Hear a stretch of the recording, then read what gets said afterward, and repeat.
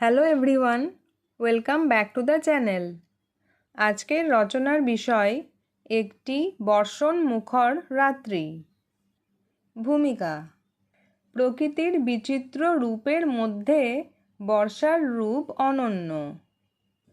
দিনের আলোয় বর্ষা একরকম, আর রাতে তার রূপ একেবারে অন্যরকম।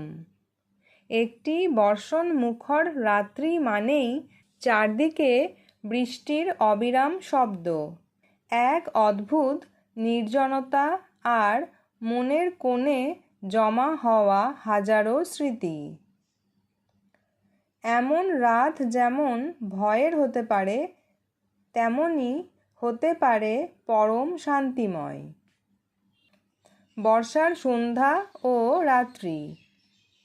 সেদিন বিকেল থেকেই আকাশের মুখ ভার ছিল। সন্ধ্যার নামার আগেই চারদিক অন্ধকারে ঢেকে গেল। শুরু হলো ঝিরঝিরে বৃষ্টি, যা সময়ের সাথে সাথে বাড়তে লাগল। সন্ধ্যা গড়িয়ে যখন রাত নামল, তখন বৃষ্টির শব্দ আরও স্পষ্ট হয়ে উঠল।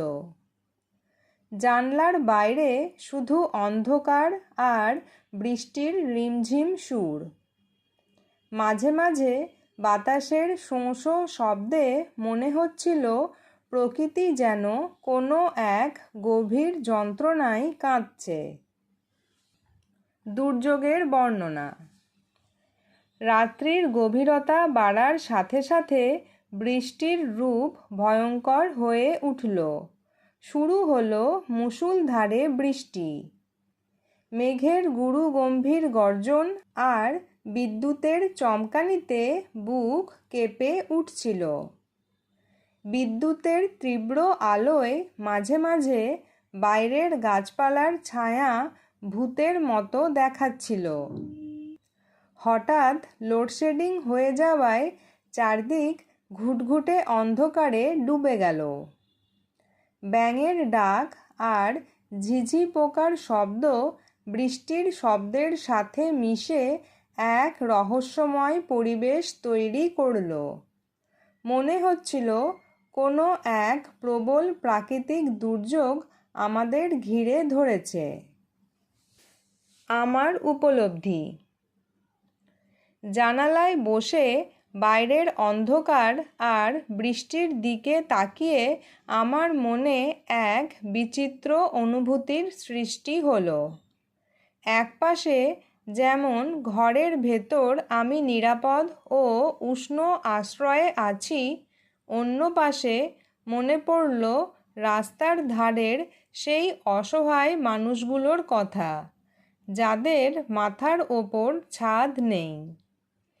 এই বর্ষণ মুখর রাত্রি আমাকে মনে করিয়ে দিল প্রকৃতির সামনে মানুষ কতটা অসহায়।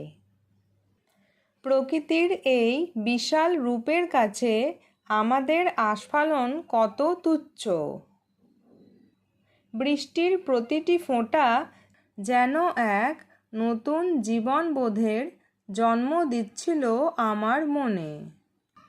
উপসংহার: বর্ষণ মুখর রাত্রি শেষে যখন আমি ঘুমানোর চেষ্টা করলাম, তখন বৃষ্টির শব্দ যেন ঘুমপাড়ানি গানের মতো মনে হতে লাগল। দুর্যোগের ভয় কেটে গিয়ে এক শান্ত আবেশ মনকে ঘিরে ধরল। এই রাতগুলো আমাদের শিখিয়ে যায় যে অন্ধকারের পরেই আলো আসে এবং দুর্যোগের পরেই শান্তি ফিরে আসে।